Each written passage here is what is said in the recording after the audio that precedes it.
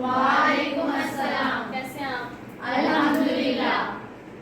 आज हमने नया चैप्टर स्टार्ट करना था फिजिक्स का, चैप्टर नंबर 7 जिसका नाम है थर्मल प्रॉपर्टीज ऑफ मैटर। ठीक है, अब आपको बताइए होगा कि थर्म का क्या मतलब था? हीट।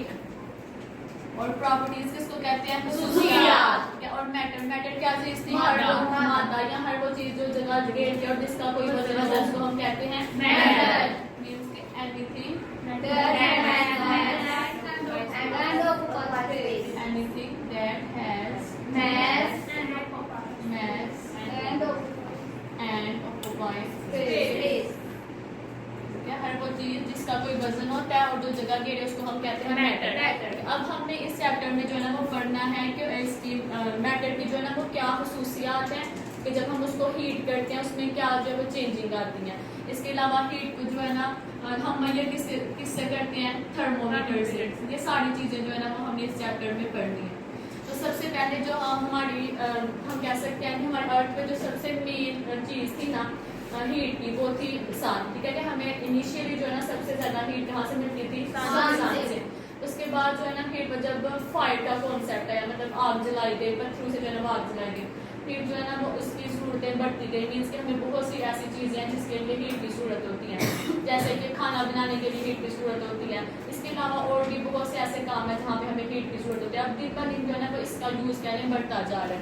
ठीक है, तो अब हम अपने फर्स्ट टॉपिक की तरफ आते हैं, जो हमारा टॉपिक है kinetic molecular theory of matter. ठीक है, इसको जो है ना वो KMT भी कहा जाता है, इसकी शॉर्ट फॉर्म। अब आपको पता है कि हर जो चीज है ना वो किससे मिलकर बनी है? मॉलिक्यूल्स से। ठीक है, कि मॉलिक्यूल्स हम यहाँ पे लिख लेते हैं कि all matter is made up of smaller particles made up of smaller particles called molecules। जो भी हमारे पास मैटर है वो सारा मिलके बना होता है मॉलिक्यूल्स से। क्या मैटर की बहुत सी स्टेट्स हैं, 3 स्टेट्स जो उसकी मेन होती हैं, वो कौन सी? सॉलिड, लिक्विड और गैस। सॉलिड है, लिक्विड है और गैस।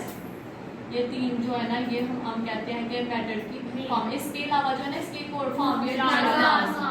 प्लाज्मा जो है ना वो भी मतलब बेसिकली गैस ही होती है, लेकिन उसकी आयनाइज्ड फॉर्म होती है। वो हम नेक्स्ट जो है टॉपिक में हम इसको डिस्कस करते हैं। पहले जो है ना वो हम ये समझ लेते हैं कि हमने पढ़ा कि सारा जो मैटर है वो छोटे पार्टिकल से मिलकर बना होता है, जिसको हम कहते हैं मॉलिक्यूल्स। और जो मॉलिक्यूल्स होते हैं वो मोशन में होते हैं। ठीक है, यहाँ पे हम लिखते हैं कि molecules, all molecules are always in motion।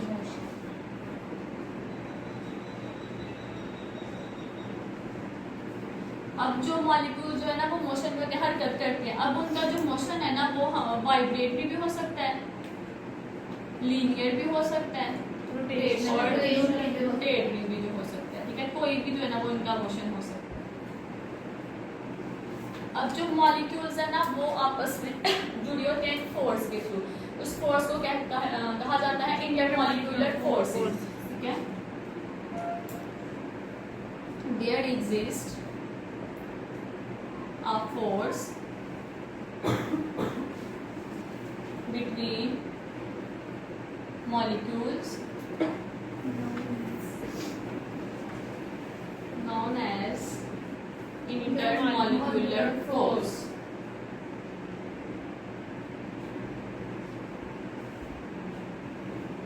ठीक है, और इसको जो है ना वो IMT भी कहा जाता है,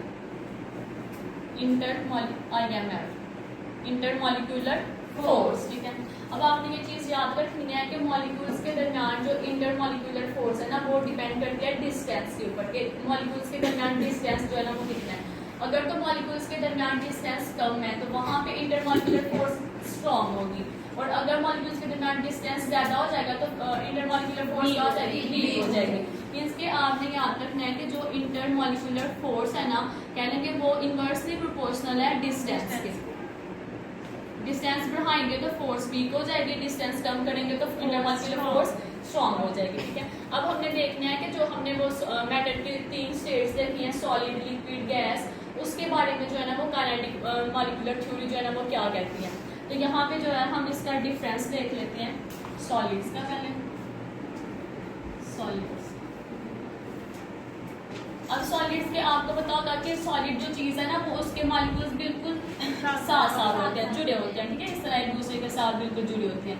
तो हम कह सकते हैं कि जो हमारे पास सॉलिड्स है उसके मॉलिक्यूल्स आर क्लोजली पैक्ड।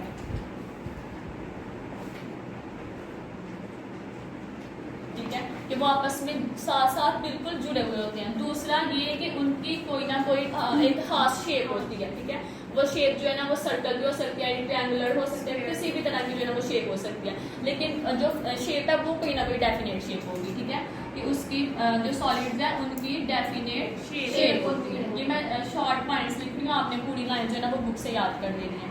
इसके अलावा डेफिनेट शेप होती है और सॉलिड्स जो होती है ना उनका एक डेफिनेट वॉल्यूम भी होता है। ठीक है, तो थर्ड पॉइंट यहाँ पे आ जाएगा कि solids have definite volume.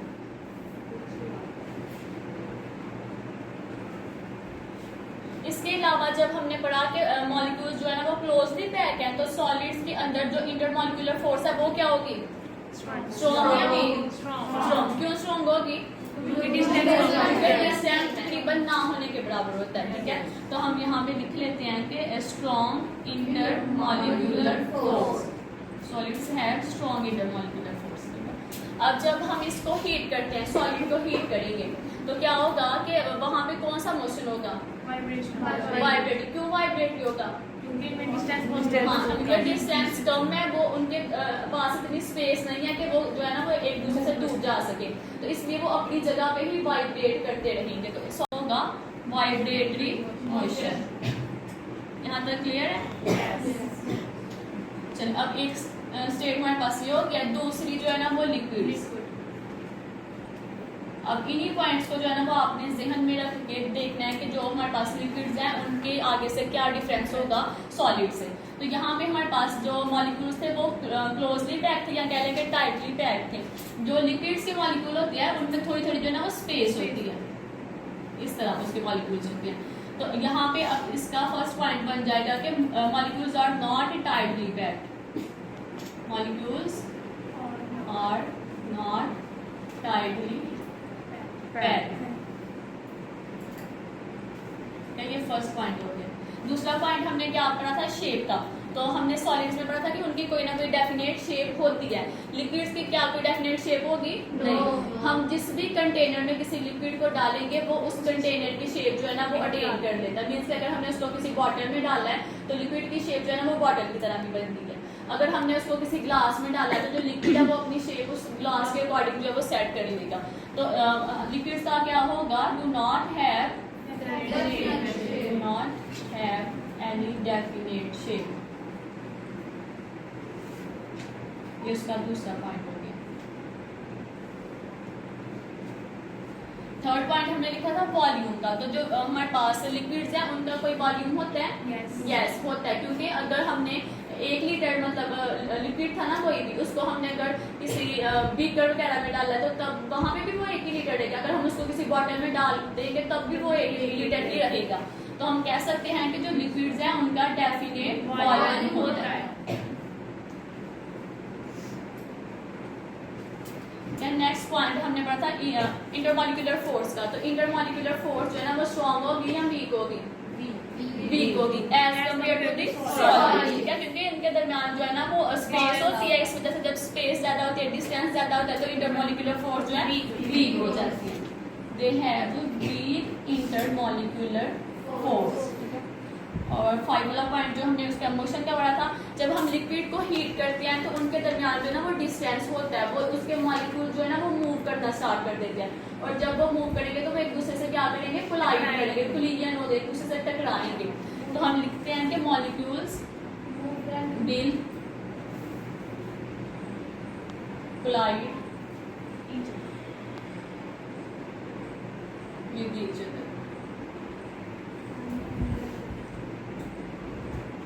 Liquids का भी समझ आ गया? चलिए अब लास्ट पे जो है ना वो हमारे पास रह गया है गैस। अब गैस के जो मॉलिक्यूल्स है ना ये बहुत दूर दूर होते हैं, ठीक है, इनके दरमियान का जो डिस्टेंस है ना वो बहुत ज्यादा होता है, ठीक है।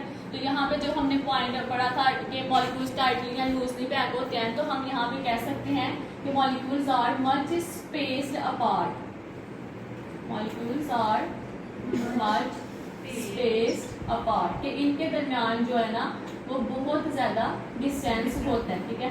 दूसरा पॉइंट हमने पढ़ा था शेप का, तो गैस की कोई शेप होती है? No. Do not have any fixed shape, fixed shape।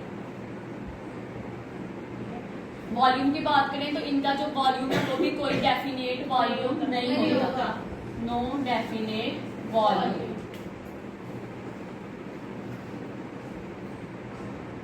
Next point हमारा था इंटरमॉलिक्यूलर फोर्स का, तो जब डिस्टेंस ज्यादा है तो इंटरमॉलिक्यूलर फोर्स क्या होगी? वीकेस्ट होगी, सबसे ज्यादा वीक होगी, ठीक है। सॉलिड्स की स्ट्रॉन्ग थी, लिक्विड्स की वीक है, और गैस की वीकेस्ट होगी, वीकेस्ट इंटरमॉलिक्यूलर फोर्स।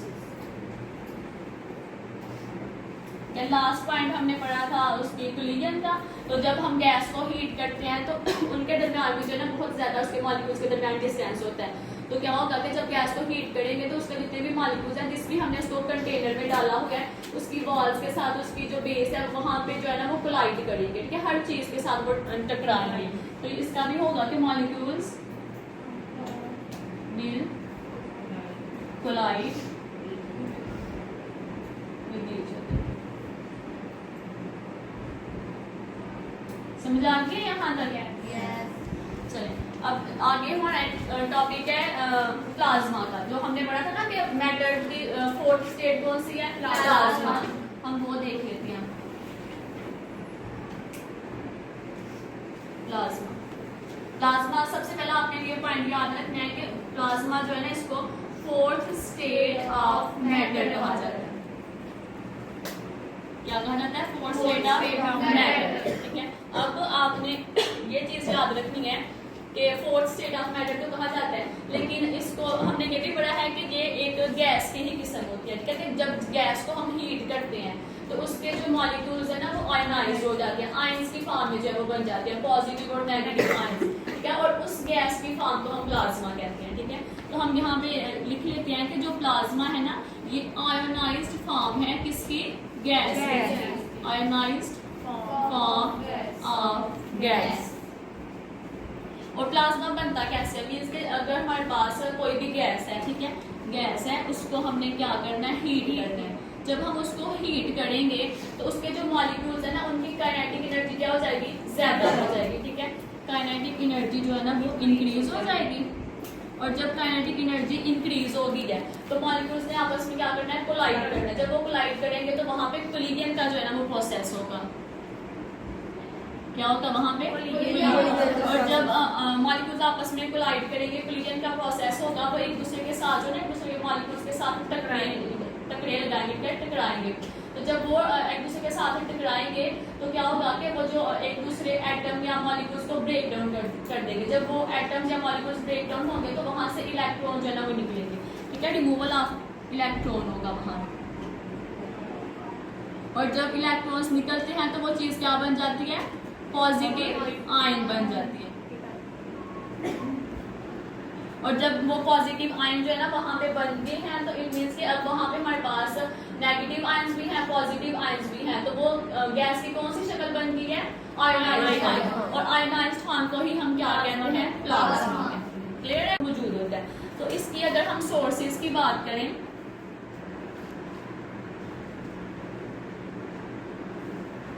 तो सन जो है ना वहां पे जो भी रिएक्शन हो रहा होता है वो सारा जो है ना वो प्लाज्मा होता है, ठीक है, सन। इसके अलावा जो मोस्ट ऑफ दी स्टार्स हैं वो भी जो है ना वो प्लाज्मा ही होता है। इसके अलावा जो हमारे पास ये टीवी होता है, गैस डिस्चार्ज ट्यूब्स होती हैं, वहां पे भी जो है ना वो प्लाज्मा मौजूद होता है, ठीक है, गैस डिस्चार्ज ट्यूब्स।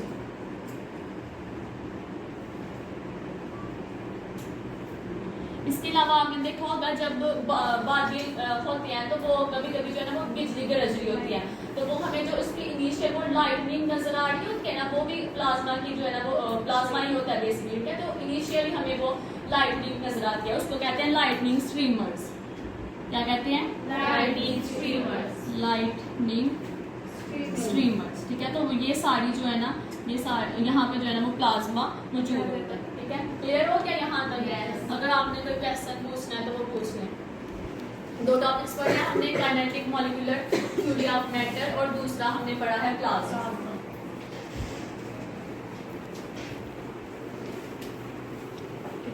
चलिए अब आप मुझे बताएं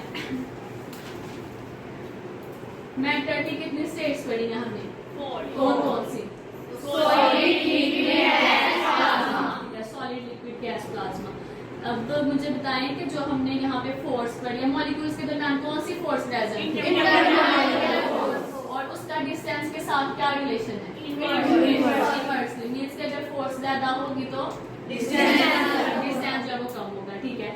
अब इसके अलावा जो हमने पढ़ा है सॉलिड्स की, सॉलिड में जो है ना उसकी शेप कौन सी होती है? ठीक है, डेफिनेट शेप होती है। और लिक्विड्स की शेप डेफिनेट शेप नहीं होती। क्यों नहीं होती? मॉलिक्यूल्स के दरमियान डिस्टेंस होता है। और जो हमारे पास है वॉल्यूम है, सॉरी लिक्विड्स हैं, इन तीनों के मुझे बताएं सॉलिड, लिक्विड और गैस में जो है ना इंटरमॉलिक्यूलर फोर्सेस कौन सी होती है? पहले सॉलिड्स की बताएं। स्ट्रॉन्ग। लिक्विड्स की वीक। और गैस की वीकेस्ट, ठीक है। प्लाज्मा क्या था? Fourth state of matter. Fourth state of matter. Plasma जो है ना ये गैस की कौन सी फॉर्म है? Ion form. कहाँ कहाँ पे जो है वो प्लाज्मा मौजूद है? चलें ठीक है, आपने ये दोनों जो टॉपिक्स है ना ये कल अच्छे से याद कर लें, फिर हम इसके जो नेक्स्ट वाला टॉपिक है ना वो स्टडी करेंगे।